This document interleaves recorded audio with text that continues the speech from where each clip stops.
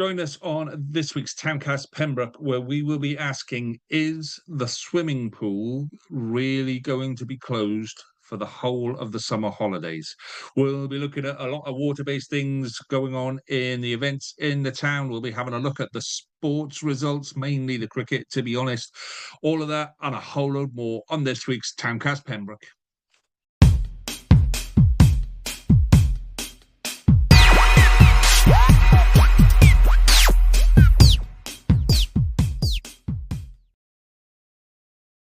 Hello and welcome back to this week's Pembroke Towncast with me, Lee G.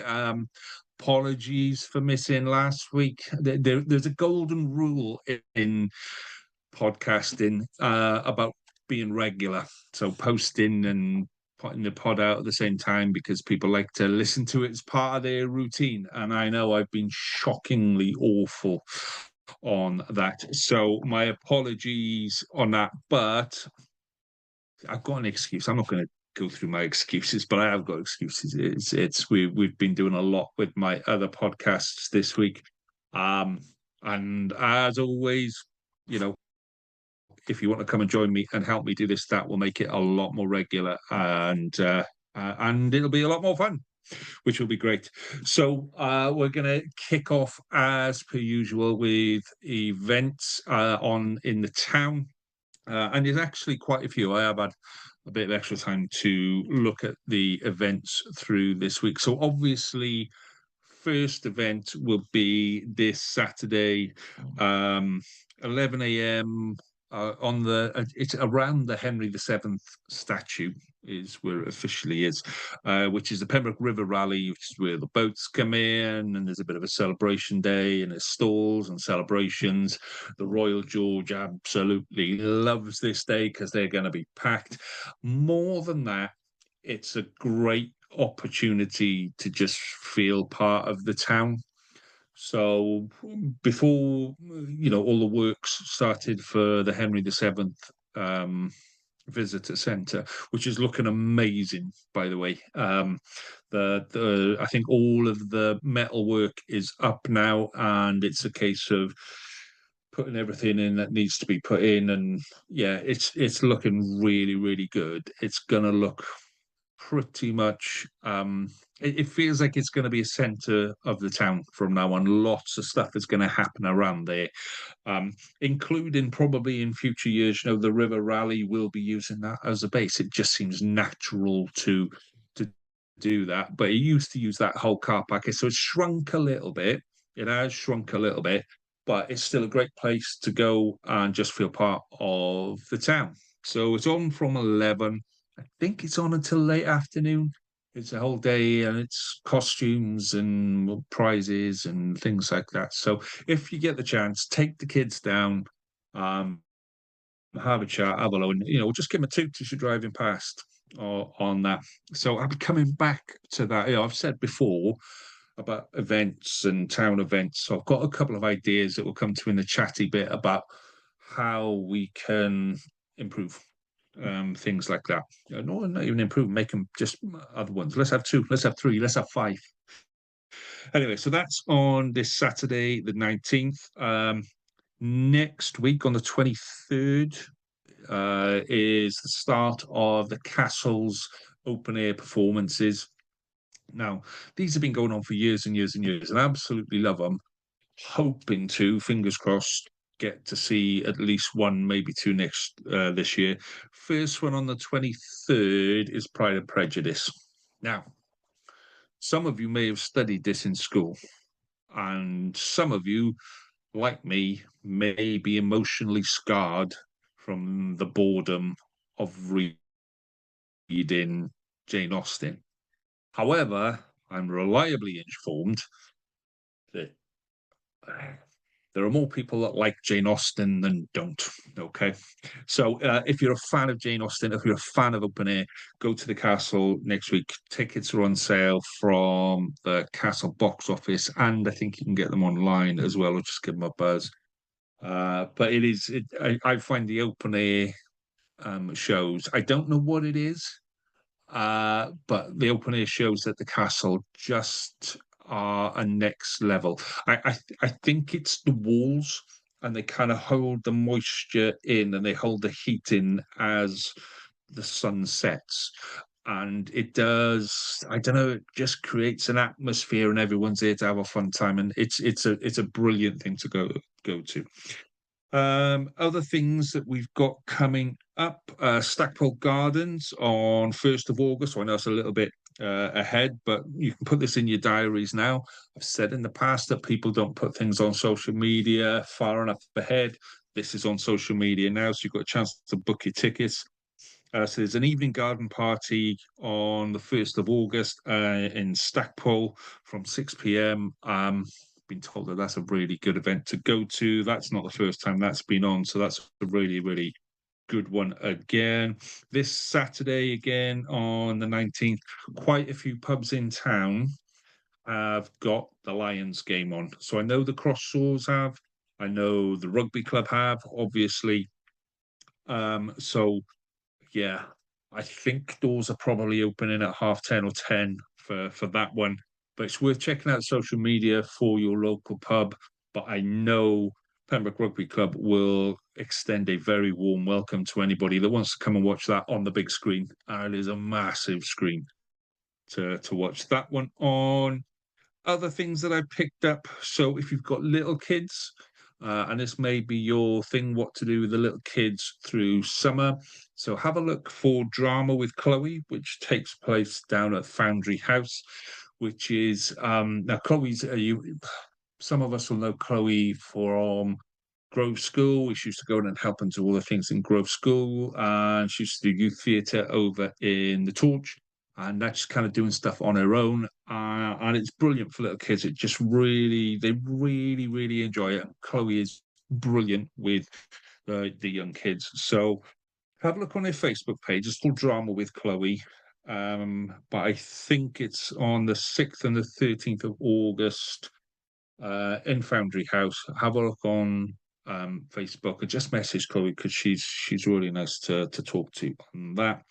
And then the other thing, again, further in the future, Highgate, the Highgate Inn have got a steam rally on 8th of August. When I saw it first, I read STEM rally. I thought, so they're getting cars that are powered by different types of engineering, but it's not that. It's a steam rally at the Highgate Inn on the 8th of August.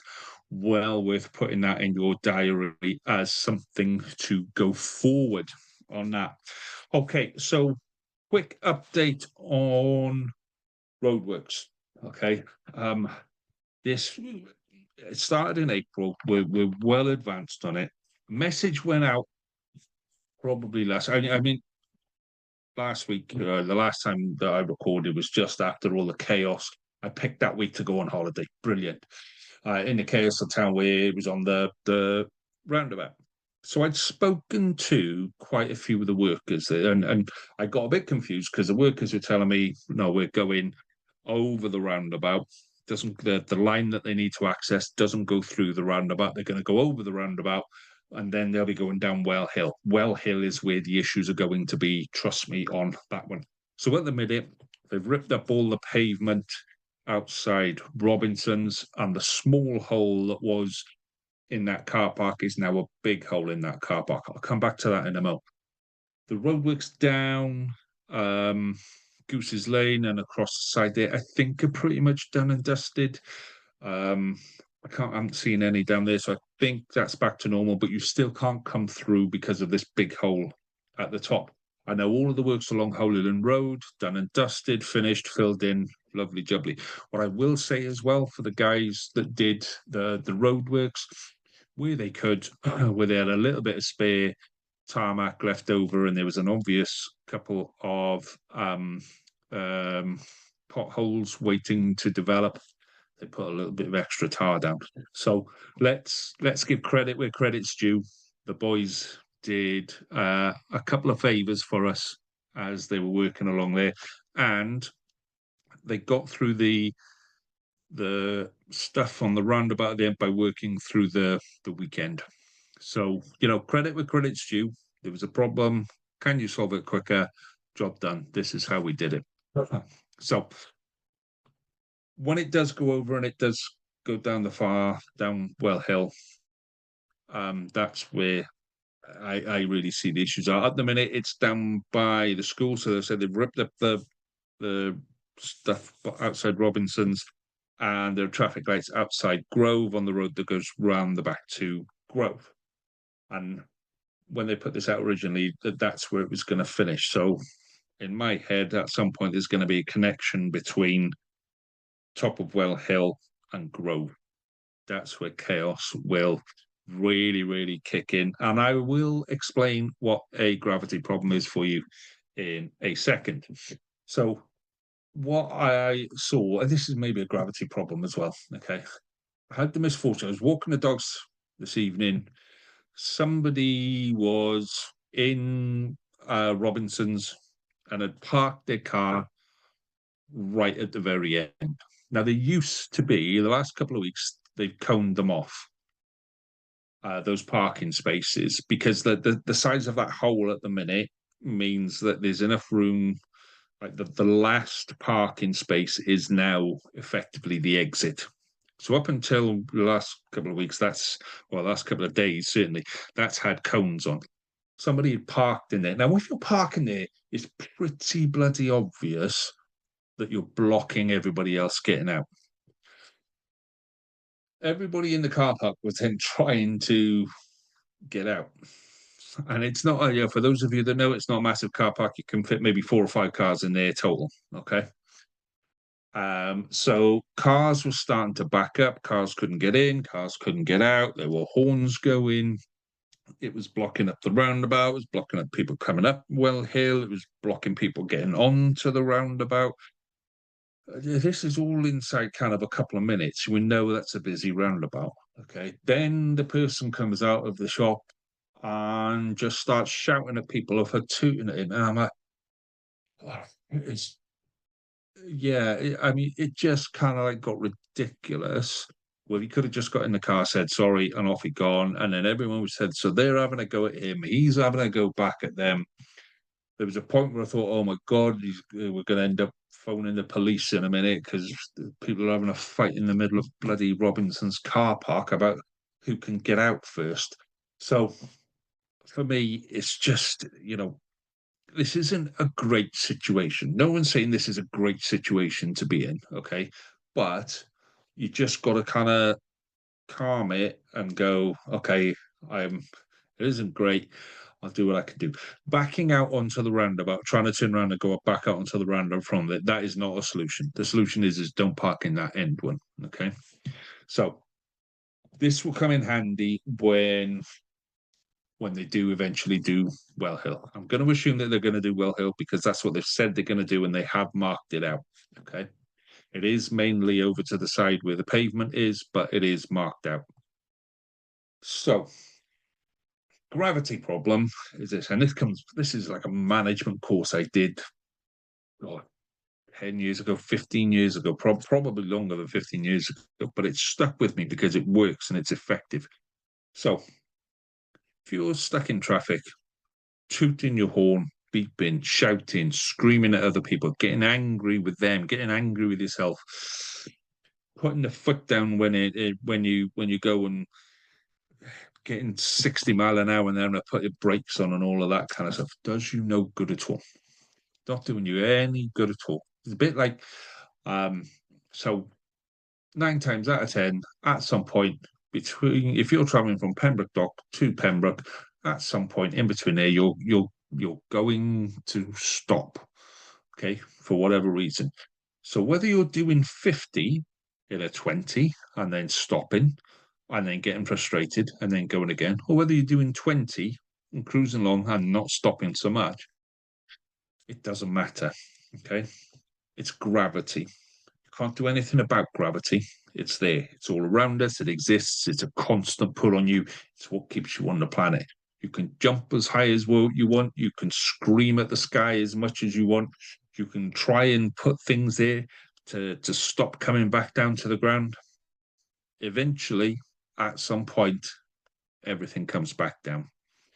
So there's no point getting angry about something that you've got no control over whatsoever. Okay, you don't control the lights. You don't control what is who's digging where. You what you can control is your reaction to it. So please, if you're sitting in traffic, enjoy the moment. Wind your window down, have a chat with someone in the car next to you. Put the radio on, have a listen to a song.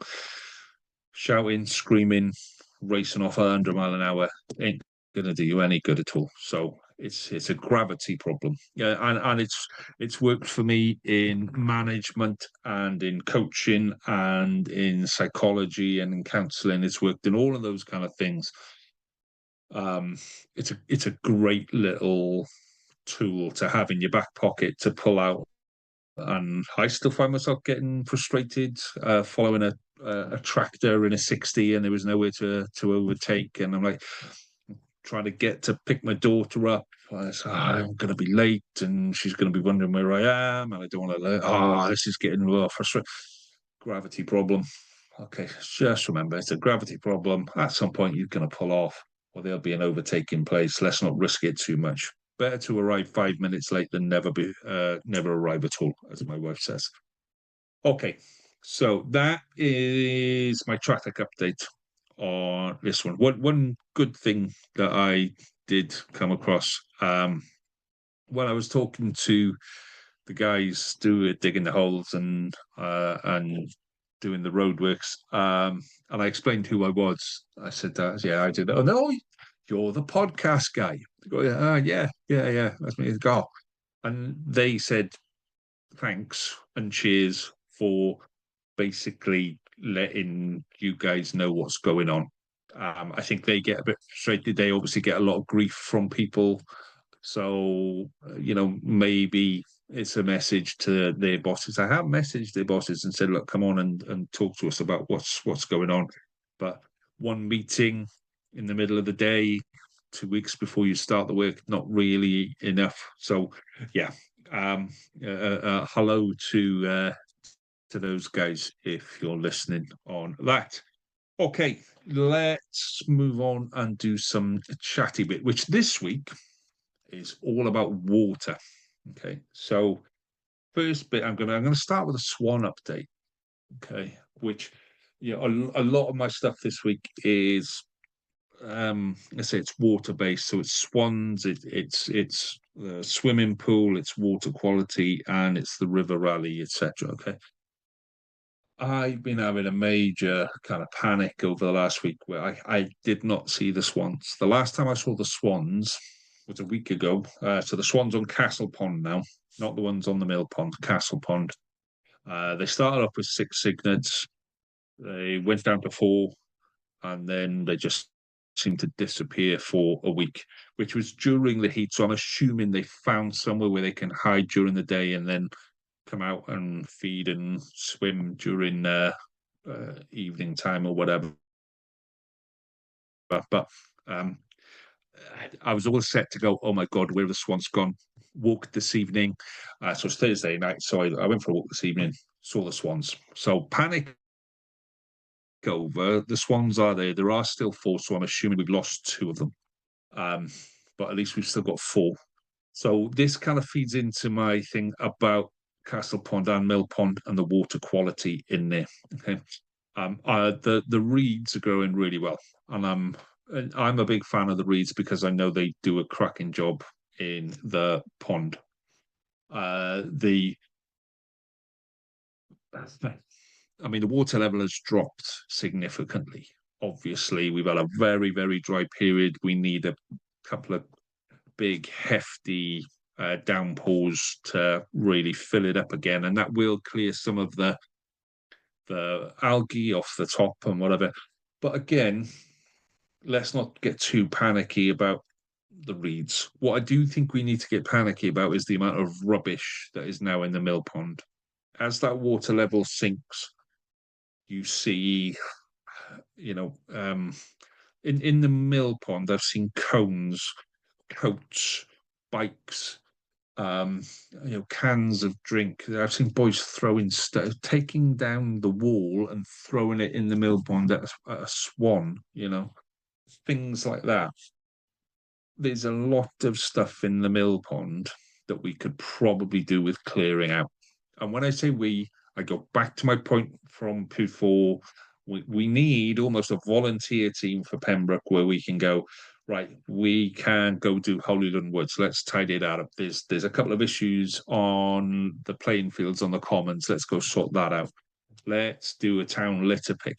There's lots of job that if there were like 10, 15, 20 of us, and we all said, right, okay, last Saturday or last Sunday of the month, we're going to do one job, 12 jobs done through the year, I think we'd get a lot done.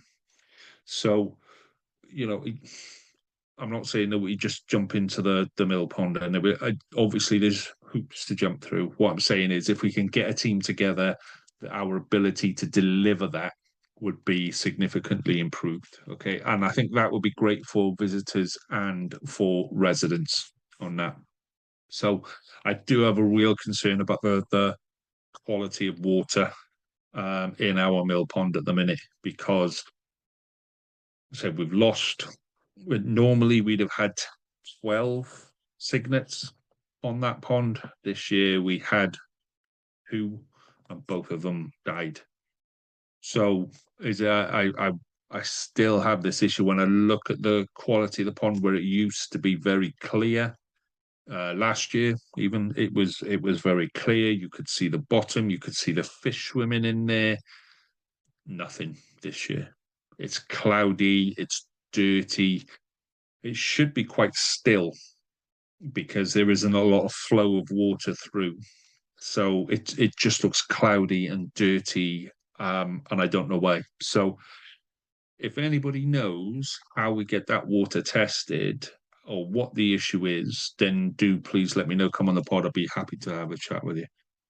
So then we've got the river rally, which I said is great for bringing people together. Even if you're not overly excited by the boats, bring the kids. They like looking at the boats. It's not something that happens very often. And yeah, just kind of be around other people in Pembroke. For the size of town that we are, our main festival through the year basically houses 6 picnic tables. So I'm thinking we can go bigger, we can go better. I'm thinking, another event around the back of Castle Pond. So if you walk down, where Henry VII statue is, and you walk across to the old mill, and then down that side, cross over the barrier, massive area around there that will bring you back into the top of the commons.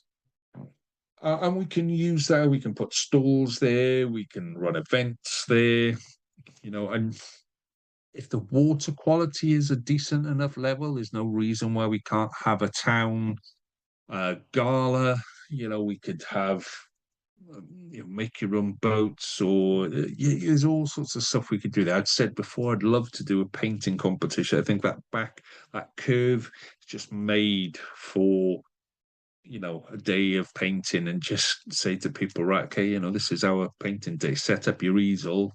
A winner gets 50 quid or whatever. I just think it lends itself to that because it's a beautiful castle to paint, especially in the evening when the sun sets and it makes it kind of orange. It's great. So, I as a town, we could do so much more. I saw some questions on Facebook the other day that we've actually answered in previous pods about why haven't we got a town carnival? Could we do one? Yes, we could.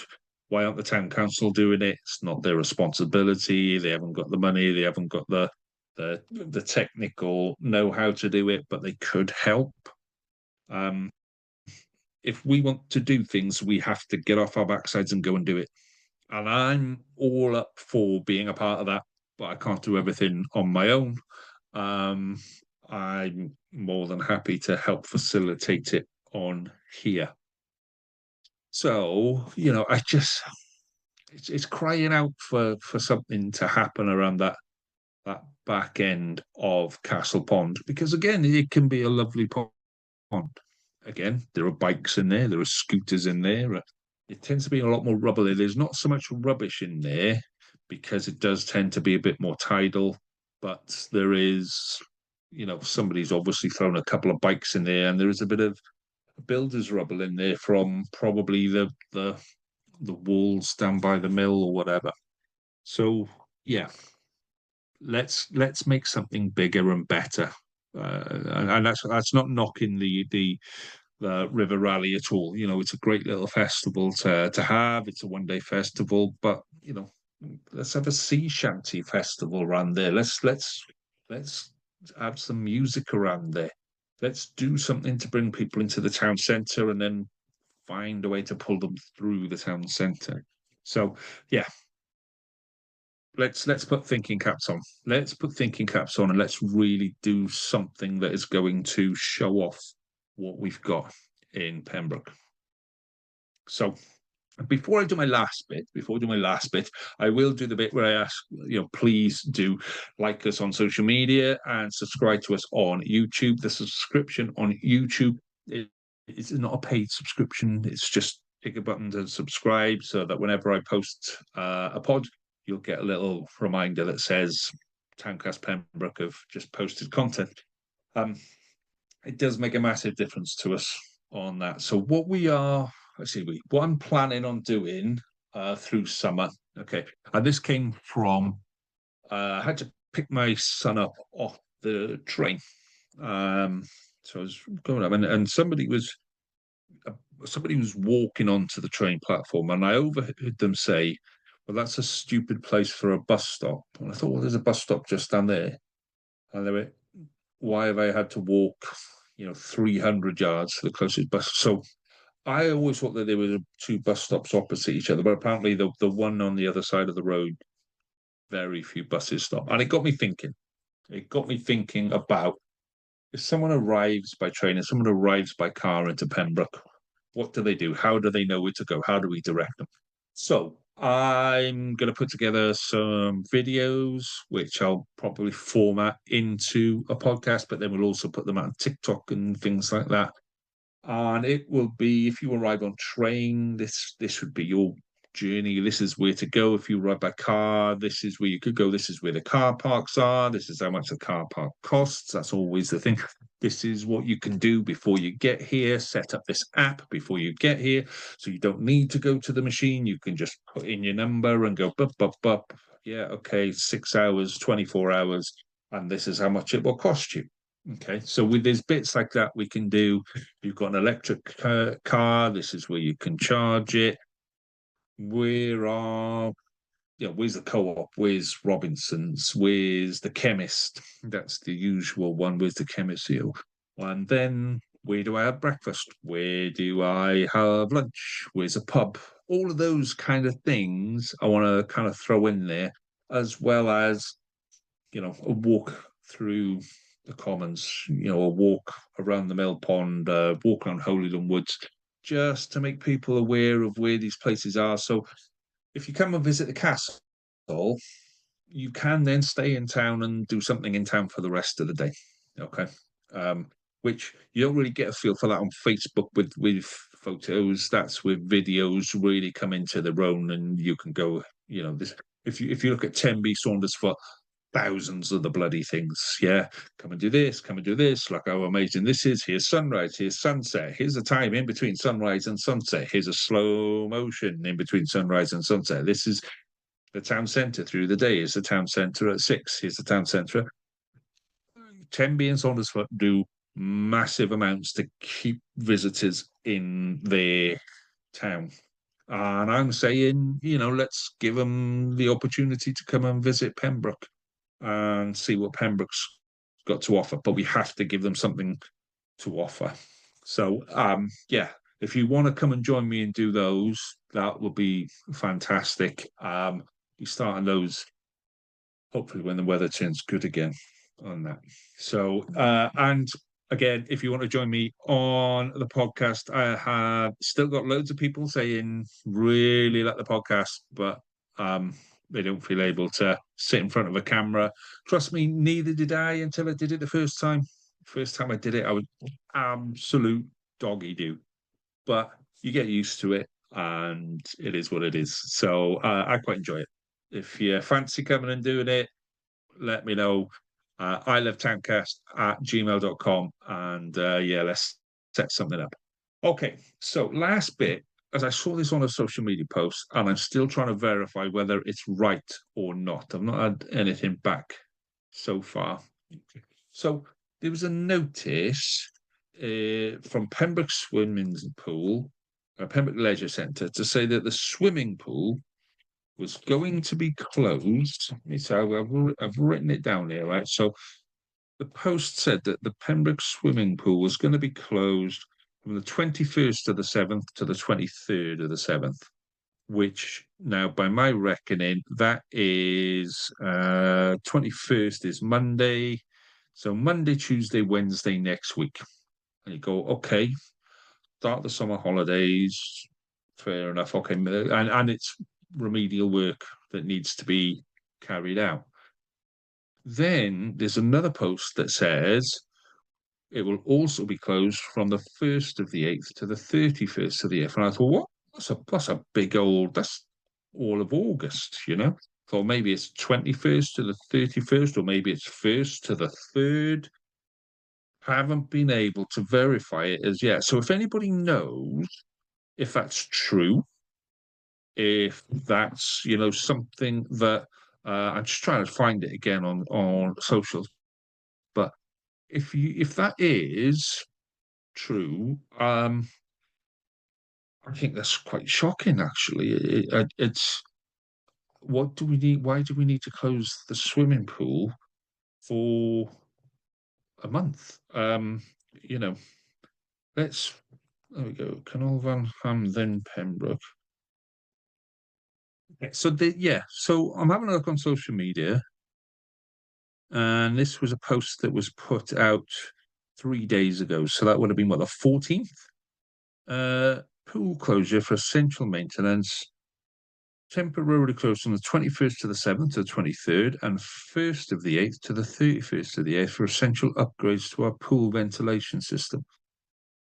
That's the whole of the summer holidays where our swimming pool is closed. If it's essential, it's essential. It's a time of year when you want to get your kids into swimming. We live in Pembrokeshire. We're surrounded by water. We need to teach our kids how to swim. It's not a question of shall I teach my kids how to swim? It's a necessity. As I think I said last time, we've got 12 beaches within walking distance virtually of Pembroke. So I spent most of my youth, I certainly spent far too much time when I should have been revising for my A levels and my GCSEs. I spent that much time down the beach. But it's what we do. It's what we did. It's what my wife did the same. My kids have done the same. We spend a lot of time at the beach. We spend a lot of time in the water. We need to know how to swim. It's closed for the summer holidays. I know there isn't an ideal time to close things. Same as the roadworks going through town. There isn't an ideal time for that to happen. And if it's essential works, then it's essential works, and it'll be a safety thing. It's a real shame that our closest swimming pool is now Tenby or Haverfordwest. You know, um, take them to the beach, take your kids to the beach, go in the water with them, make sure they're safe, stay with them, teach them how to swim at the beach, teach them a bit of swim safety at the beach. I'm sure the Forever 11 charity still does beach safety courses, teaching you some of the things to look out for at the beach. Go to a lifeguarded beach. Have a look on the RNLI website. It will tell you which beaches are lifeguarded and when they are, when they're lifeguarded, when they're not lifeguarded. Stay safe. It's a real shame that the swimming pool is closed through the summer holidays, but it is what it is.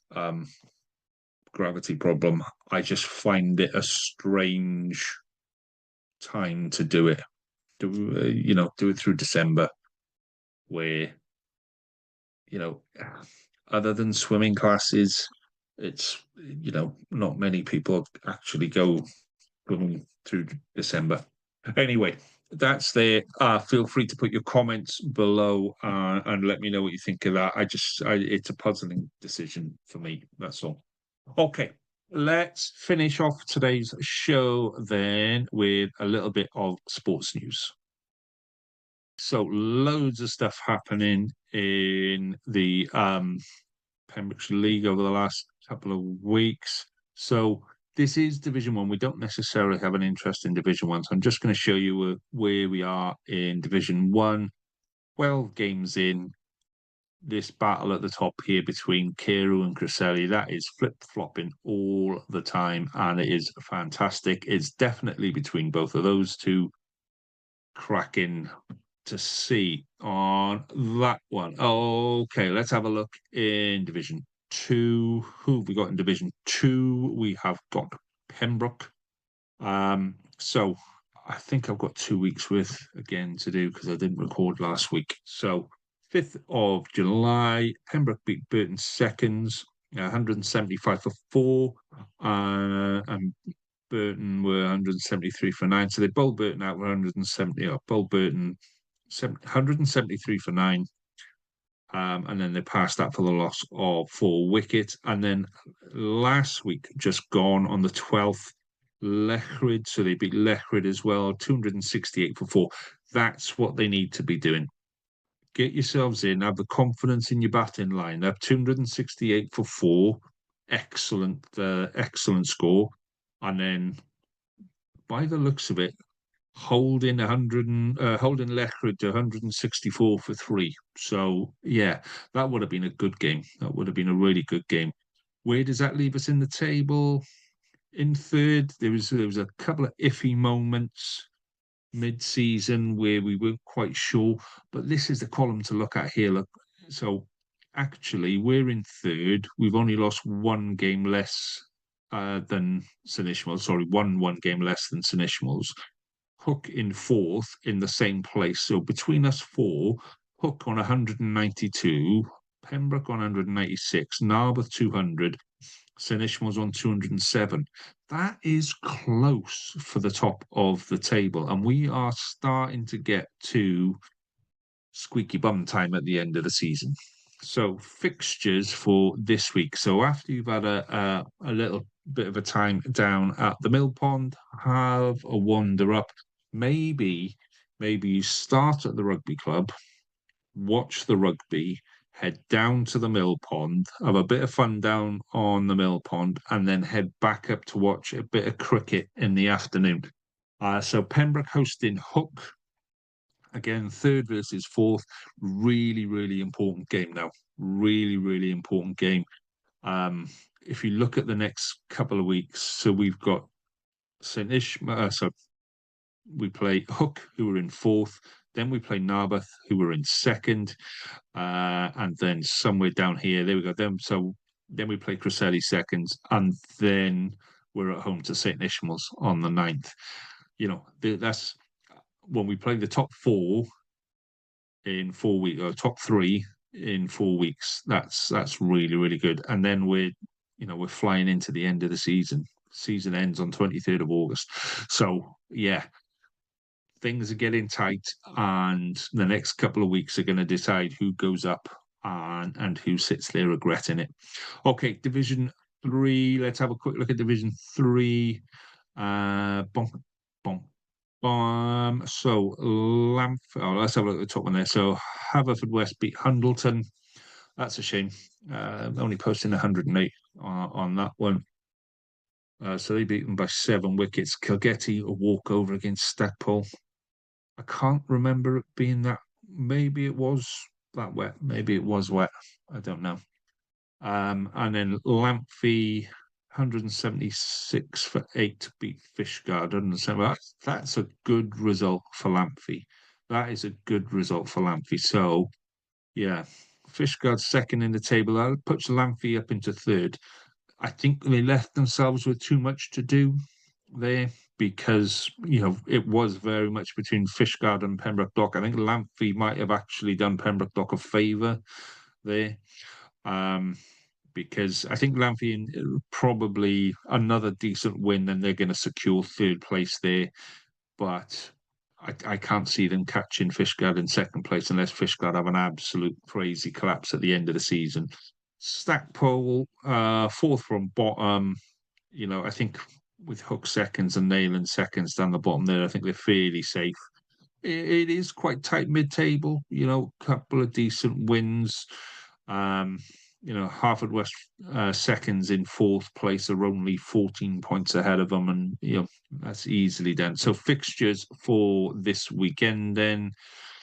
Um, yeah, I am going to say that there's a bit of an error here because Fishguard play Pembroke Dock and Hundleton play Pembroke Dock as well on that. Lamphere are playing Kilgetty. I think Fishguard have played Pembroke Dock at home once already. So, yeah, it's looking like Lamphere away in Kilgetty and Hundleton are at home to Pembroke Dock on that one.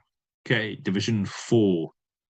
This is where the proper stuff happens in Division 4. So, Pembroke seconds, 163 for 4, beats Saundersfoot seconds, 162 for 9. Oh, that looks like we actually bowled them out for 106. But well, we bowled them and held them to 162 for 9. Well done. Whichever way around we go, that's a good result beating Saundersfoot. Um, who else have we got there? Yeah. So where does that leave us in the table? Sitting pretty at the top against Saundersfoot. Yeah, I was going to say that was first against seconds. So who did we play the week before? So the week before we played. Um, Carew thirds. Yeah, so we beat Carew thirds and some good runs being put on the board as well. Excellent. So that kind of, I think that's opened up enough of a stretch there to make that almost comfy at the top. Not taking the foot off, not taking anything for granted, but we've got 4 or 5 games left, and we are how many points ahead? 30 odd points. Yeah, another couple of good wins, and we're in there. So this week, Pembroke seconds away to Haverfordwest thirds, Haverfordwest thirds mid-table. And then next week, away to Lanryan seconds. Is there anything challenging coming up? Loreni seconds here. That'll be a tough game. Narberth seconds, yeah, tough game. And St Ishmael seconds is the one. That's the one that will decide it, I think, more than likely. Yeah, St Ishmael seconds. If we look at the table, yeah, so St Ishmael seconds in third place. Haverfordwest, Loreni. So we're playing mid-table teams. This should be a run-in. There should be a good run-in for Pembroke seconds on that one, which will be lovely. It'd be good to see them going up a division. Okay, Division 5. Let's have a look at some results in Division 5. So Hundleton seconds, lost to Pembroke Dock seconds. Oof. Let's be fair, they didn't just lose, they got battered. The Dock put 222 on the board and Hundleton were all bowled out for 85. Oof. Week before, Hundleton seconds again lost to Nayland thirds. So this isn't going to be a pleasant table. This isn't going to be a pleasant table. We're basically being propped up by Nayland thirds that are constantly struggling for a side this year. So top of the table is looking interesting. Pembroke Dock seconds were a lot stronger than that a couple of weeks ago. So end of the season is looking interesting there. And we will have a look in Division 6 because we've got Lamphy and Pembroke thirds. So a walkover there for Haverfordwest Cresselly. Pembroke thirds beat Lamphy seconds by 8 wickets, which is quite nice. But the week before, Lamphy seconds beat Pembroke thirds. So where does that leave us in the table? Still top. Lethbridge thirds just below us. And Lamphy seconds are, yeah, probably out of it by now on that. Okay, that concludes our sports for this week on that. So, yes, big thank you once again for listening to the show. You're always welcome. If you want to come and join us, I love tankcast at gmail.com, or just drop us a line on any of our socials. Don't forget to subscribe. I will do my very best to be back next week. And until then, have a great week. All the best. Goodbye.